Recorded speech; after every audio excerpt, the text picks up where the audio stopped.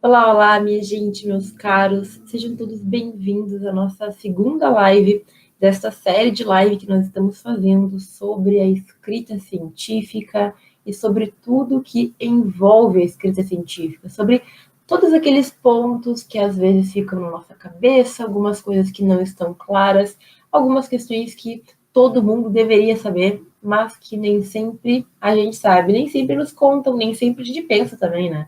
Então, aqui estamos para clarear a tua mente, para abrir a tua visão, para que tu tenha aí alguns pensamentos diferentes. Como eu sempre falo, a ideia é plantar uma sementinha para que tu comece a refletir sobre essas possibilidades, para que tu comece a refletir sobre se isso é interessante para ti, se tu quer, se tu pode aproveitar ou não. E especificamente nessa live de número 2, a gente vai falar sobre uma das maiores dúvidas dos alunos, dos estudantes de direito. E é a seguinte: professora, eu preciso de um orientador para escrever? Eu preciso obrigatoriamente ter um orientador para pesquisar, para entender? Porque o que os alunos pensam de forma geral, e aí tu pode me dizer aí se é o que tu pensa. Muitos acreditam que a gente tem que ter alguém do nosso lado, né, alguma pessoa que saiba mais, e que vai ficar ali em cima da gente, corrigindo tintim por tintim, nos falando ali as vírgulas que estão erradas e nos dando, digamos assim, a segurança que a gente precisa de que está fazendo algo bem feito. Eu acredito que esse é o pensamento de muitos alunos, porque, enfim, é o que a gente imagina, né? É o que a gente pensa que vai acontecer. Meu orientador vai ser aquele professor, aquela pessoa que sabe mais e que vai ficar ali do meu lado 100%, que vai praticamente ser uma babá, né, gente? É a pessoa que vai fazer praticamente tudo que eu preciso, vai me guiar a cada vírgula, a cada esquina, a cada probleminha que eu tiver. E aí, meu caro, a gente já começa essa live meio que, como eu posso dizer, esclarecendo aí essa questão. Porque veja, o que é um orientador? Eu preciso que tu entenda, então, o que é um orientador, para que tu saiba o que tu pode esperar dele. O orientador é sim uma pessoa que tem mais conhecimento naquela área, que tem mais conhecimento na pesquisa e que vai guiar sim a tua pesquisa. Essa parte tá certo. É uma pessoa que já tem uma caminhada além da tua, que já tem alguns anos de experiência, que já fez o que tu está querendo fazer na maioria das vezes e que pode te guiar, que pode te falar o que é melhor, que pode sanar algumas das tuas dúvidas. Sim, quase sempre, né, o mais comum é nós termos orientadores que são da nossa própria faculdade. Então, por exemplo, eu mesma tinha um professor orientador na minha faculdade. Quando eu estudava lá, ele era um professor da faculdade, era um professor que tinha um grupo de pesquisa, que pesquisava temas, e ele era meu orientador. Isso é o mais comum. Da mesma forma, a gente tem, por exemplo, os orientadores de TCC, né, que são aqueles professores que, em tese, são os responsáveis, que vão te ajudar a construir o teu trabalho de conclusão de curso. O TCC é trabalho de conclusão de curso. Se alguém aqui não sabe, todo mundo vai ter que fazer um trabalho de conclusão no final da faculdade para poder se formar. Mas, gente, nem sempre o teu orientador precisa ser alguém da tua faculdade. Então, digamos que tu tá num evento, que tu tá em outro local e tu conhece alguém que entende do tema e que topa te orientar, que topa te ajudar com aquela pesquisa, que topa ajudar com aquela escrita.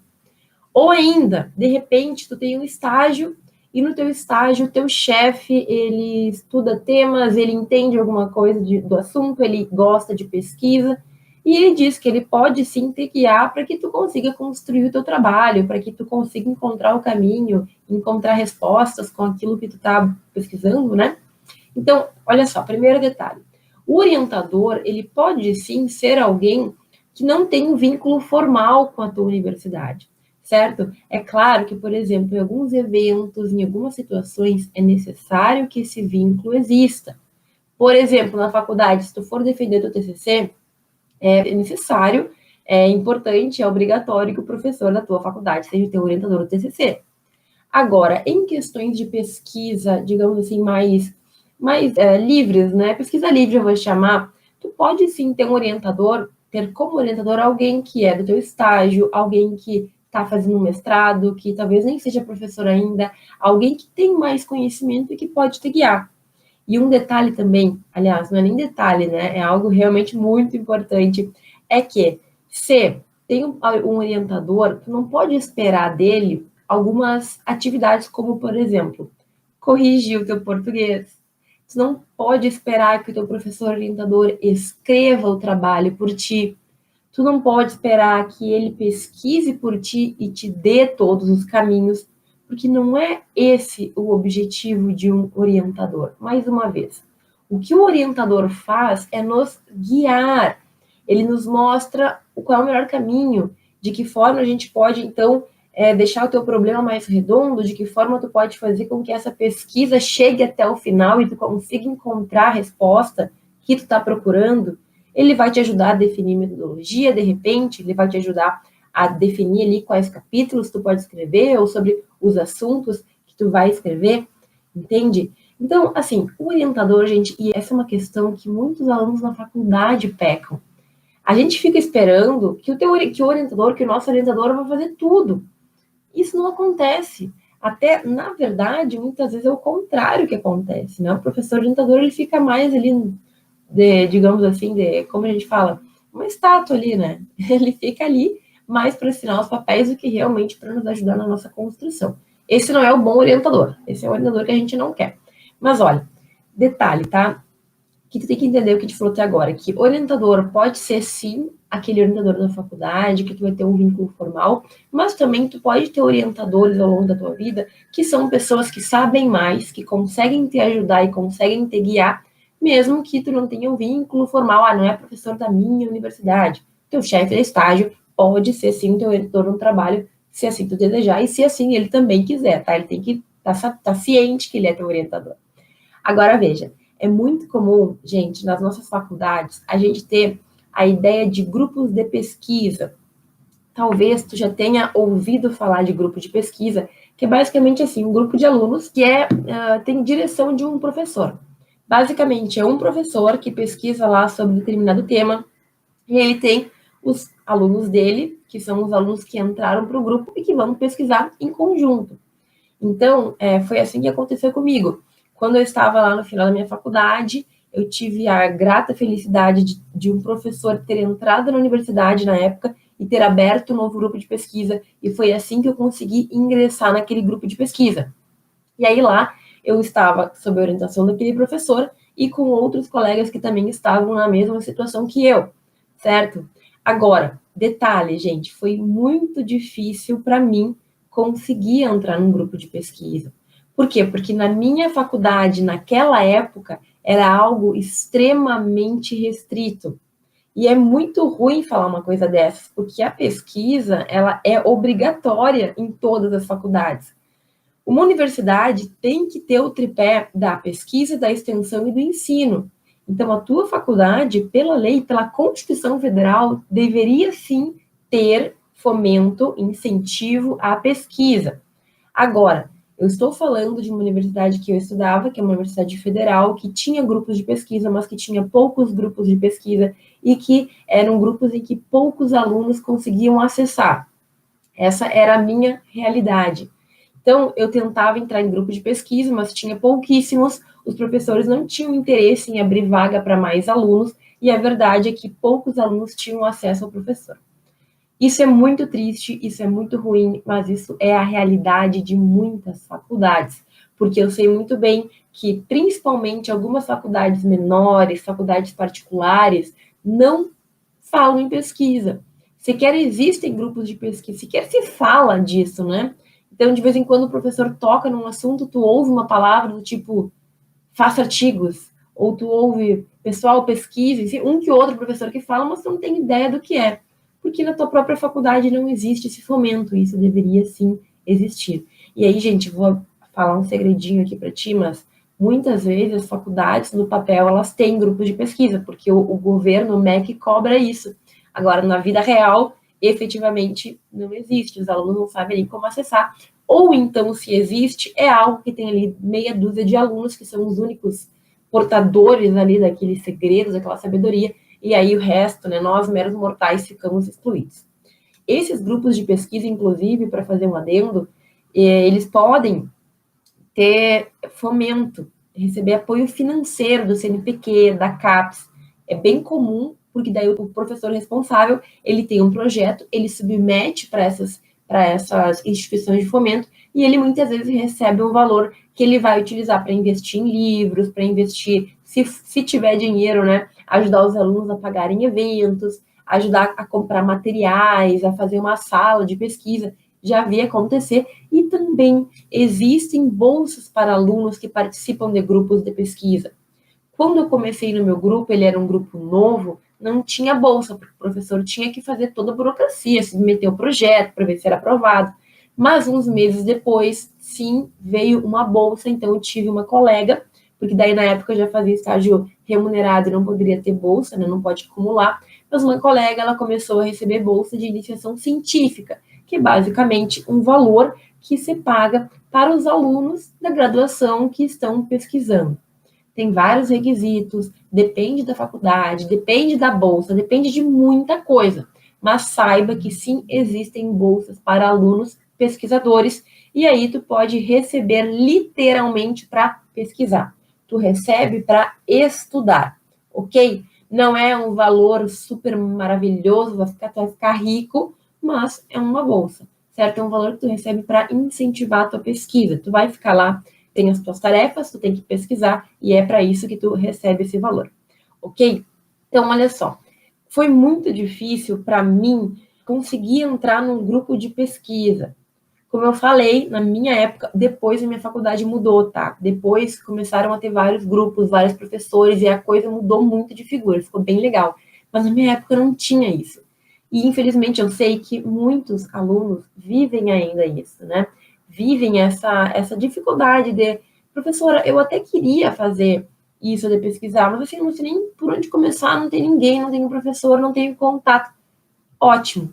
O que eu vou te falar aqui hoje é que tu não pode usar essa falta de possibilidades, né? Essa falta de oportunidade como um impeditivo para que tu realize a tua pesquisa. Sabe aquela história, quem quer dar um jeito? Não vou dizer que é a nossa coisa mais fácil do mundo, mas a gente tem sim, gente, como superar, digamos assim, esse problema da gente não ter o acesso aos grupos de pesquisa que são muito legais e que eu super recomendo que, se tu tiver a possibilidade, tu ingresse. Então, olha só, vivi exatamente isso. Era 2010, era o ano de 2010, eu estava no 7º semestre, alguma coisa assim, e eu tive que fazer um artigo como uma avaliação final de uma disciplina. A professora chegou e falou assim, ó, meus queridos, a nossa matéria é uma matéria diferente e vocês vão escrever um artigo e essa vai ser a nota do semestre. O que a gente fez? Tivemos que dar um jeito, né? A maioria nunca tinha feito nada, todo mundo conseguiu entregar de um jeito ou de outro, e eu escrevi com uma colega, a gente fez um artigo que não ficou aquelas coisas, mas que foi um artigo, primeiro artigo feito é melhor que perfeito, né? Feito. Então tá, o artigo estava pronto, foi assim, sem orientação, a professora, ela ia na aula de vez em quando para tirar algumas dúvidas, ou seja, daquele jeito que talvez tu conheça, é meio assim, aluno que você vire e o professor tá ali de vez em quando, sabe como é? Eu sei, eu passei por isso, pelo menos. E a gente fez esse artigo. E assim, na época eu já tinha muita vontade de ter pesquisa, porque eu sabia daquilo que eu falei ontem, na live de ontem, sobre todas as possibilidades que ter um currículo na graduação poderia me trazer, inclusive pensar no mestrado, pensar no doutorado, etc. E tal. Então, eu não sei de onde tirei uma coragem, tá? E resolvi submeter para um evento que estava tendo em outra cidade, que era do Ministério Público do meu estado do Rio Grande do Sul. Então, assim, eu submeti um trabalho que era bem meia boca, tá? Bem mais ou menos. Ele não estava mal feito ou mal estruturado, mas assim, gente, ele foi, sabe, aquele trabalho que a gente fez do jeito que deu para fazer. Não é que eu tinha feito de qualquer jeito, mas eu não sabia muito bem como fazer. E, gente, eu submeti e eu fui aprovada, nós fomos aprovadas naquele evento. Você tem noção do que é uma pessoa que nunca nem viu um evento, não sabe como é que se apresenta um artigo, professora? Eu também não sabia. A minha primeira apresentação, que eu fui sem orientadora, que fui eu e minha colega, eu fui sozinha apresentar, porque ela não quis apresentar, em outra cidade, foi na cara e na coragem. Na cara e na coragem. Cheguei lá, tremendo que nem bambu verde, assim, vara verde, e apresentei. E o que eu pensava era, bom, o máximo que vai acontecer aqui é me criticarem muito, falarem mal do meu trabalho, mas é um trabalho que foi feito, ele existe. E assim, no máximo também que pode acontecer é pegar uns feedbacks para melhorar o trabalho. E, gente, foi bem tranquilo. Eu acho que a gente fica esperando que vai ser pior, que vai ser ruim. E no fim, sinceramente, isso vários alunos já me relataram também, não é só coisa minha. Quando a gente está apresentando, de forma geral, as outras pessoas, elas não vão te destruir, elas não vão querer o teu mal, ainda mais quando elas sabem que tu é estudante. Porque as pessoas têm um pouco de senso ainda, tá? A maioria das pessoas ainda tem um pouco de noção. Então, se tu tá vendo um estudante apresentar um trabalho, tu não vai destruir o estudante, porque ele está em formação, entende? É claro que sempre pode ter um psicopata, alguma coisa assim, mas não é o comum. O mais normal é o professor saber da situação e fazer comentários construtivos. Olha, poderia ter feito melhor assim, poderia ter feito aqui, tem tal ponto, nanã, mas não é nada que tu não consiga superar. Feito isso, gente, eu posso dizer então que eu fiz algo sem orientação, tá? E aí, mais tarde, eu já estava no grupo de pesquisa, eu peguei esse trabalho, melhorei ele e, como não precisava ser inédito, submeti para um evento pequeno que acontecia na minha universidade, que era uma semana acadêmica bem pequenininha. E aí eu submeti, não precisava ser inédito, foi o mesmo trabalho, só que um pouco melhorado, certo? Isso tem que ter muito cuidado, porque se precisa ser inédito, tu não pode fazer isso, demandar de novo, certo? Mesmo que tu altere algumas coisas, não pode. Mas como nesse caso podia, eu enviei e o trabalho foi aprovado e foi publicado, certo? Naquele mini eventinho. Tudo bem, eu pensei, bom, é um trabalho que não é dos melhores, mas é uma publicação que eu vou ter, porque lá no outro evento era outro tipo de publicação e tal, não. Outro dia a gente fala sobre esses detalhes. O que acontece, gente? Alguns meses depois, também existia uma revista na minha faculdade, que era uma revista bem coitadinha, assim, que existia, mas não era muito cuidada, tinha uma classificação super baixa, e aí os professores resolveram começar a reativar a revista. E o que eles fizeram foi pegar os artigos daquela semana acadêmica e publicar nessa revista. Então, eu acabei recebendo, em vez de uma publicação nos anais do evento, uma publicação na revista da faculdade, o que eu achei o máximo. Achei ótimo, maravilhoso, né? Porque, imagina, uma publicação numa revista, mesmo que seja uma revista qualis baixos, era a minha primeira publicação. E o que aconteceu, e isso aí é uma coisa muito pessoal, mas olha que engraçado, essa revista ela começou a ser muito bem cuidada, os professores começaram a tomar todo cuidado, os editores, e essa revista, com o passar do tempo, ela cresceu, e ela virou uma revista muito bem classificada pelo Qualiscaps, que é lá um ranking brasileiro que a gente tem para dizer se um periódico, se uma revista é boa ou não. Então, para resumir toda essa história que eu te contei, hoje eu tenho no meu currículo uma publicação de um artigo que eu escrevi sem orientação, que não foi dos melhores, mas que esse artigo ele acabou sendo publicado em uma revista Qualis A1. Qualis A1, que hoje é o maior nível que a gente tem de uma revista. Uma revista, só, no máximo, ela é Qualis A1. Então, olha que ironia, né, gente? Um artigo que teve toda essa história aí, teve toda essa caminhada e que acabou, então, sendo publicado. Quando ele foi publicado, a revista não tinha esse valor. Só que ela foi melhorando, melhorando, melhorando. Hoje, para publicar naquela revista, é extremamente difícil. Mas, enfim, eu tive essa sorte, digamos assim. O que vale é o que a revista está classificada hoje em dia. Então, para mim, é uma publicação A1. Certo? Então tá. O que eu quero dizer com tudo isso? Eu quero dizer que, meu caro, não é porque tu não tem como ter um orientador formal, daqueles que todo mundo gostaria de ter, que tu não pode pesquisar. Dá os teus pulos. É possível, certo? É possível tu conseguir fazer. E eu quero também aproveitar para te falar de 3 pontos que eu sinto que a gente meio que coloca na nossa cabeça para se sentir mais seguro quando a gente pensa em ter um orientador. E é o seguinte, primeira coisa que a gente pensa, olha, professora, eu quero um orientador para escrever, porque sem orientador eu não tenho segurança. Sem orientador, como é que eu vou saber se estou fazendo bem, se estou fazendo certo e tal? E, gente, é claro que ter um orientador pode te ajudar nisso, mas não é garantia de nada. Ter um orientador não te garante que tu vai te sentir seguro e não te garante que ele vai efetivamente te ajudar. Então, eu quero te dizer que, infelizmente, embora existam professores no Brasil, e aqui eu vejo sempre que são incríveis, professores maravilhosos, que dão sangue para ajudar os alunos, existem professores que só vão colocar um nome no trabalho e tu te vira. Sendo simples, direto e objetivo aqui, porque isso acontece. Então, não é porque tu tem um professor formal lá que tu vai te sentir super seguro. Não vai ser apenas ter orientador que vai te garantir essa segurança, porque, infelizmente, tem muitos professores que não vão te orientar.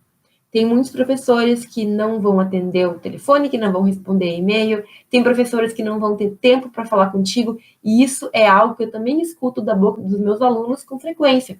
Professora, entrei em contato com uma professora da minha faculdade, ela falou que me ajudava, só que daí toda vez que eu mandava mensagem, ela dizia que não podia, que estava cansada, que estava com sono, que tinha mais o que fazer, que eu mandasse depois, e assim, no final ela não me ajudou. E, gente, infelizmente isso é muito real. É verdade. Nem sempre é por má fé do professor, por maldade, mas saiba que na vida real nem sempre tu vai encontrar o orientador dos sonhos. E faz parte. Teve uma situação que aconteceu, porque isso, gente, fica ainda mais sério quando a gente fala de trabalho de conclusão de curso, de monografia, de TCC. Porque obrigatoriamente tu vai ter um orientador. Só que nem sempre esse teu orientador realmente vai te ajudar. E esse é um trabalho que tu precisa para poder se formar. Imagina o quão desesperador é tu não saber o que fazer e tu não ter alguém para te ajudar. E aí, o que eu quero te dizer é que aconteceu com um amigo meu, um amigo de longa data, na faculdade ele teve problema, um orientador abandonou porque saiu do emprego, um outro assumiu, não sei o quê.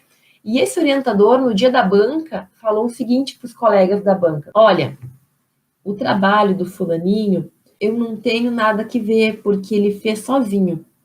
Eu não ajudei ele em nada, ele fez sozinho, então eu não tenho responsabilidade, não posso defender e não posso falar nada. E aí meu colega ficou lá, né? O próprio orientador dele falou que não ia defender, falou que não tinha nada que ver e jogou ele para os leões. Gente, isso é um absurdo. Até hoje, isso aconteceu em 2011, 2012 e eu nunca engoli. Porque para mim, um orientador jamais pode falar um negócio desses. Tu é o responsável, sim. O teu nome tá ali e tu tem, sim, responsabilidade. Mas o que eu tenho para te dizer é que, infelizmente, esse tipo de situação acontece. E não acontece só na graduação, acontece também no mestrado, acontece no doutorado, e eu já vi acontecer várias vezes. Talvez, numa próxima live, a gente pode falar sobre o que é ser um bom orientador.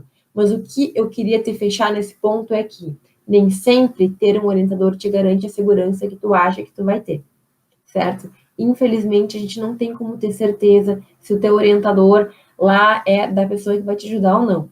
Se tu já pesquisa com ele, muita chance de tu já saber o que esperar. Agora, não se sabe, não quer dizer que obrigatoriamente porque tu tem um orientador, tu vai estar super bem, super feliz e super seguro, ok? Segundo ponto, gente, que eu preciso que tu tenha muito claro na tua mente.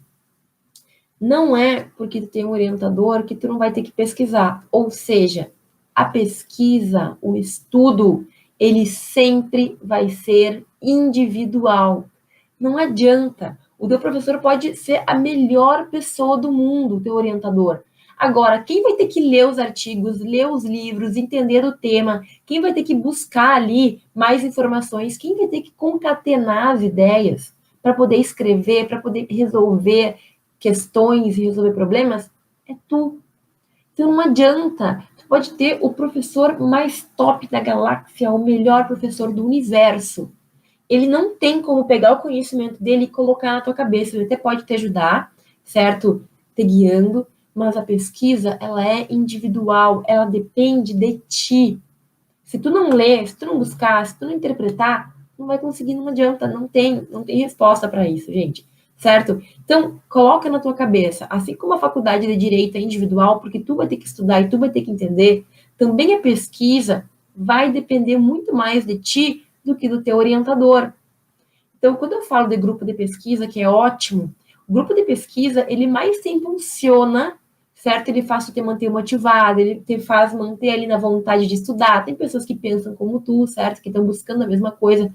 Mas se tu não lê o texto, os teus colegas não têm como te ajudar. Se tu não lê a tua parte, não fizer a tua parte, não entender, o que os outros vão poder fazer por ti? Ou tu vai na carona de todo mundo, ou tu simplesmente não vai conseguir avançar. Então, quando eu participava de grupo de pesquisa, o professor dava um texto, a gente discutia o texto, e aí surgiam ideias, era legal. Agora, o dia que eu não lesse o texto, eu boiava. Por quê? Porque eu não fiz a minha parte. Então, não adianta ter um orientador se tu não fizer a tua parte. E essa tua parte da pesquisa só cabe a ti. É tu saber buscar, ler, estudar, fazer ali os teus fechamentos, etc e tal.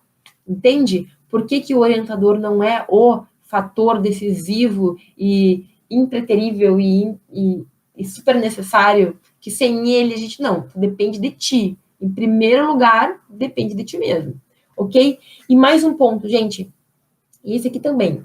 Teu professor pode ser maravilhoso, incrível, super dedicado, sabe? Agora, nem sempre ele vai conseguir te socorrer. O teu orientador, ele, em alguns momentos, talvez não possa te ajudar. Porque qual que é o maior objetivo de um pesquisador? É tu pesquisar tanto sobre um tema, tu aprofundar tanto, que ninguém mais entende do que tu está falando. No sentido de, se tu é a pessoa que mais sabe daquele assunto, muitas vezes tu não pode pedir ajuda para alguém que não está entendendo. Então, olha só, é muito comum, é o esperado, que os alunos eles comecem a ter temas de interesse que eles estudam e aprofundam tanto que chega um ponto que o próprio orientador ele não tem mais conhecimento do que tu. Isso faz parte. Tu leu horas sobre uma vírgula lá do código. Tu leu e estudou 35 casos sobre um determinado assunto. É absolutamente normal e esperado que tu saiba muito e que muitas vezes o teu orientador saiba menos daquele tema do que tu. Então, é normal, é esperado, mas a gente fica achando que o nosso orientador para sempre vai nos socorrer em tudo, porque ele é o Deus da sabedoria. É claro que ele sempre poderá ajudar, certo? Mas entenda que em diversos momentos tu vai saber mais do que qualquer pessoa ao teu redor sobre aquele assunto. E é isso que a gente quer. Eu pesquisei tanto, eu aprofundei tanto, que eu sei mais do que meu próprio orientador. Porque o meu tema específico de pesquisa eu realmente consegui aprender, eu peguei, e é normal que isso aconteça. O teu orientador não vai saber de todos os temas do mundo. Por exemplo, quando eu tinha um grupo de pesquisa com o meu professor orientador, a gente falava sobre direito à internet e cyberativismo do consumidor, que é um tema bem engraçado. Mas olha só, chegou um ponto que eu estava estudando especificamente como é que eram as reclamações do consumidor sobre os serviços de telefonia móvel. E eu estudei dados e pesquisei em sites e tal, tal, tal. Gente, como é que meu orientador ia ter conhecimento sobre esses detalhes? Impossível, porque quem pesquisou fui eu. Então, é claro que ele me guiava, mas chega em vários momentos, pontos em que tu vai ter que decidir por conta, porque tu é a pessoa que mais sabe sobre o assunto. Então, gente, olha, nem tudo é ruim, tá? Nem todas as notícias que eu trago aqui são ruins. Saiba que sim, tu pode fazer uma pesquisa, tu pode escrever, mesmo que tu não tenha um professor do teu lado 100%. Isso é totalmente possível. E basta para isso que tu saiba como funciona a pesquisa, que tu saiba como funciona a escrita. Se tu souber aonde pesquisar artigos, aonde pesquisar trabalhos, aonde ler sobre o assunto, se tu souber as normas mínimas de metodologia, se tu souber como estruturar os trabalhos, tu não tem a necessidade extrema de ter um orientador. É claro que é normal ter dúvidas, é claro que a gente vai ter que perguntar para algumas pessoas algumas coisas de vez em quando, porque nenhum ser humano, né, nasce e cresce totalmente sozinho, a gente sempre vai ter alguém para nos ajudar. Só que, sério, no momento em que a gente está hoje, só não encontra resposta, não encontra informação, quem tem preguiça. Porque eu tenho certeza que tu vai encontrar alguém na internet no mundo que já teve a mesma dúvida que tu, que já passou pela mesma dificuldade que tu. E se, por exemplo, tu vier me dizer, tu tiver a coragem de me dizer que o teu maior problema é formatar referências, eu vou dar com não sei, um bichinho de plástico na tua cabeça. Porque, gente, o que mais tem é site que explica como fazer referência. O que mais tem são manuais, é explicação minuto por minuto. É vídeo no YouTube que o cara mostra como é que tu coloca ali a palavra. Não tem como essa ser a tua maior dificuldade, certo? Então, não tem como a gente não aprender. Se tu quiser, tu encontra um mundo de respostas sobre todo tipo de assunto que tu precisar. Agora, eu tô dizendo que não é preciso, que tu não tem que ter um orientador? Não.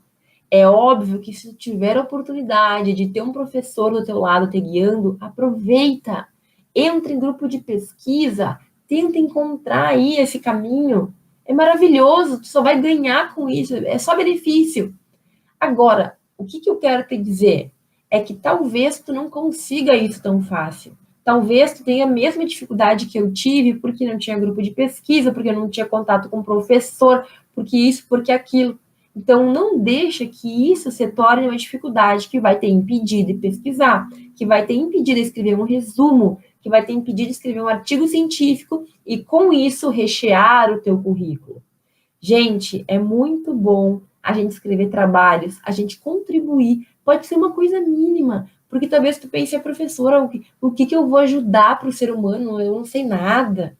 Meu caro, de repente tu estuda ali um artigozinho do código, tu explica, tu levanta os pontos e tu vai ajudar alguém que vai estudar sobre aquilo no futuro. Então, todos nós podemos contribuir, todos nós podemos sim trazer um conhecimento, levar um pouco de informação para outras pessoas, certo? Então, tu pode fazer isso, tu pode fazer isso por conta. Se tu tiver um orientador perfeito, ótimo, muito bom, aproveite. Mas se tu não tiver, não deixe que essa falta de orientador te impeça de pesquisar, de escrever trabalho, de apresentar trabalho, de evoluir. Não tem coisa melhor do que tu fazer um trabalho, contribuir para alguém, essa pessoa ler, te citar ou te agradecer porque tu ajudou ela. Gente, é um reconhecimento muito forte. É um sentimento muito bom de que alguém reconheceu o teu trabalho, de que alguém agradeceu, que tu realmente ajudou. Sabe? É algo que a gente pode ter na faculdade ainda. Isso é incrível. Isso para mim é o mais incrível. Tu não precisa ser formado para ter isso. Tu pode ter esse sentimento de satisfação pessoal ainda na faculdade. E pode ser com uma coisinha muito simples, muito pequena, que tu fez ali no intuito de compartilhar um conhecimento. Certo? Gente, então tá. Eu quero agora, finalizando já a nossa live, te trazer 3 passos, tá? 3 pontos que serve tanto para quem nunca escreveu e não tem nem ideia de começar, mas serve também para quem já tem algum tipo de contato com a pesquisa. Então, assim, 3 passos. Fez as tarefas de ontem? Não sei, né? Espero que tenham feito as tarefas da live de ontem, mas hoje tem novas 3, então é bom tu tá aí atualizado com as tuas tarefas. 3 passos hoje para tu que pensa em pesquisar, para tu que gostaria de escrever, para tu que gosta dessa ideia, gostaria de ter esse reconhecimento, essa satisfação. E a primeira delas, gente, e são coisas muito simples e muito, muito, muito fáceis, tá? Tu pode fazer com certeza aí sozinho, sem orientador. Tô te orientando aqui nesse momento. Primeira coisa, determina um tema. Escolhe um tema que tu goste. O que na tua faculdade tu já estudou, que tu gosta, que tu acha legal, que tu teve interesse. Ah, professora, eu gosto de civil, eu gosto de penal, me interessa saber sobre casos de crime de corrupção. Eu não sei. Para e pensa, na minha faculdade de Direito, ou na vida, o que me interessa? O que eu gosto? O que eu gostaria de entender mais? Qual é o assunto que eu gostaria de ler mais sobre? Não é tão difícil. O que tu gosta na tua vida? Ah, professor, eu só gosto de esporte. Ótimo. Estuda aí o que o direito tem a ver com esporte. Será que seria interessante estudar os contratos milionários dos jogadores de futebol? Não sei, sabe? Pensa em algo que tu goste e que tu gostaria de ler mais. Eu gosto de carros. Ótimo. Leia sobre como é que eles fazem para proteger os direitos na hora que eles montam os carros, lá, o direito meu Deus, propriedade intelectual, de marca. Por que a Hyundai não pode copiar exatamente o que a outra faz? Como é que eles se protegem disso, sabe? Então, gente, a gente tem que, primeiro isso, define aí o teu tema. Beleza, eu defini que eu quero penal, civil, tal coisa, tá. Agora, tu vai entrar na internet e tu pode escolher o site. Eu vou te dar 2 aqui só para deixar um pouco mais direcionado, mas existem outros, tá? Tu vai olhar no Google Acadêmico e também tu pode entrar no site do Comped e tu vai procurar artigos e trabalhos que versem sobre aquele tema que tu determinou. Então, digamos que tu escolheu que tu quer estudar sobre alimentos para maiores de idade. O pai tem que continuar pagando alimentos, pensão para filhos com 18, com 19, com 20 anos? Existe isso no ordenamento jurídico? O que fala? Quais são os casos? E aí, meu caro, só nesse exemplo, tu vai encontrar dezenas de artigos científicos. Artigo científico não é artigo que tu lê no Conjur, não é artigo que tu lê no Jus Brasil. Cuidado com isso. Então, por isso que eu estou te indicando 2 sites aqui, que são apenas 2 exemplos. Eu estou falando do Google Acadêmico e eu estou falando do site do Comped. E lá nesse site, tu vai encontrar trabalhos que falam sobre isso. Pesquisa. O primeiro passo é definir o tema que tu quer pesquisar. O segundo é só salvar esses artigos. Salva no teu computador o PDF de um artigo que fala disso, um PDF de outro autor, um PDF de outro autor, artigos científicos. São artigos que vão te trazer uma noção tanto do tema, como também uma noção de como são esses trabalhos. Professora, eu nunca vi um artigo. Beleza, sempre tem a primeira vez. Então, aqui tu vai encontrar esses trabalhos e tu vai começar a ler eles.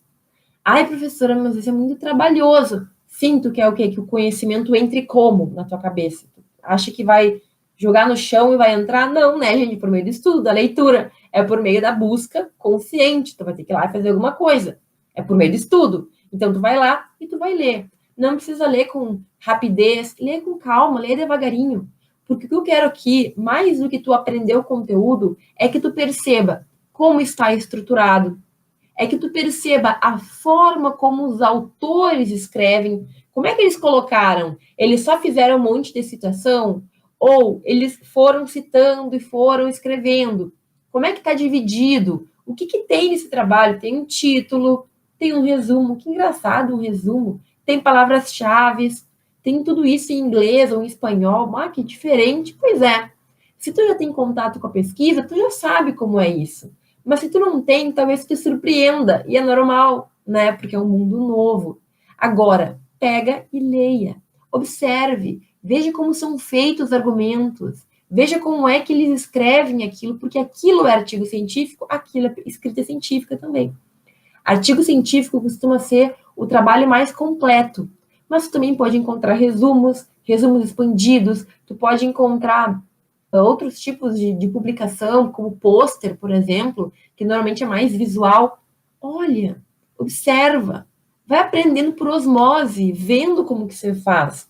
É claro que não é só vendo que a gente vai descobrir como fazer, mas tu já vai ter uma noção de como é. E tu não vai chegar tão cru na hora que tu começar a querer escrever e a pesquisar por conta própria, certo? Então, essas são as 3 tarefas. E olha, as 3 nada mais são do que a base para qualquer trabalho científico, que é o quê? A pesquisa. Se tu não lê, se tu não sabe sobre o assunto, se tu não entende minimamente, como é que tu vai escrever alguma coisa? Não é simplesmente, vou escrever sobre o sol e aí eu vou sair escrevendo assim, não. Tem que ter pesquisado, tem que saber do que tu tá falando, tem que saber o que as pessoas falam sobre o assunto, tem que entender o que é interessante de ser escrito sobre aquilo. E se a gente não fizer isso, como é que vai ser? Vai ser um artigo de opinião? Vai ser ali uma coisa que tu manda pro jornal dizendo o que tu acha? Daí não é científico. Aí não serve para o que a gente está falando aqui, ok? São coisas diferentes que tu precisa ter essa noção. É diferente. Um artigo científico, ele tem que ter base, tem que ter leitura, tem que saber do que tu está falando, tem que ter buscado entender melhor antes, entende? E esse é o pulo do gato. Artigo científico não é artigo de opinião, não é artigo ali daqueles que as pessoas fazem um resumo do manual e colocam na internet. Isso não é artigo. Isso é outra coisa, não é artigo científico. A mesma coisa, o resumo expandido, resumo, todos eles têm que ter um mínimo de rigor científico. E a notícia boa é que esse rigor científico, ele segue regras que não mudam. Então, se no direito tudo depende, aqui na nossa parte da escrita científica não é bem assim. Seguindo as regras, tu vai ter um trabalho científico, ponto. Certo, gente? Então, assim, 3 tarefinhas, escolhe o tema, busca artigos e dá uma olhada, dá uma lidinha, certo? Vai no teu ritmo, vai no teu tempo, mas é assim que a gente começa, com o primeiro contato. Primeiro a gente vê como os outros fazem e depois a gente começa a fazer também. O ser humano é assim, a gente aprende dessa forma também, ok? Vendo e depois a gente pensa como é que a gente vai fazer. Certo, gente? Era isso que eu tinha para falar hoje para vocês. Acredito que ficou bem claro que é possível a gente escrever sem ter um orientador, embora ter orientador é ótimo, se tu tiver, tenha, né? Se tiver oportunidade, tenha, mas se tu não tiver, isso não pode te bloquear, isso não pode te atrapalhar, é plenamente possível que tu tenha, então, que tu escreva mesmo sem ter um professor colado do teu lado. certo? Amanhã a gente volta para a nossa live de número 3, e a live de amanhã a gente vai falar sobre por que ter um currículo Lattes na graduação. Por que na faculdade já ter um currículo Lattes? Por que criar um currículo Lattes primeiro semestre? E eu digo que sim, tem que criar. Por que isso, professora? Fica para amanhã, porque amanhã a gente vai abordar esse tema com todos os mínimos detalhes.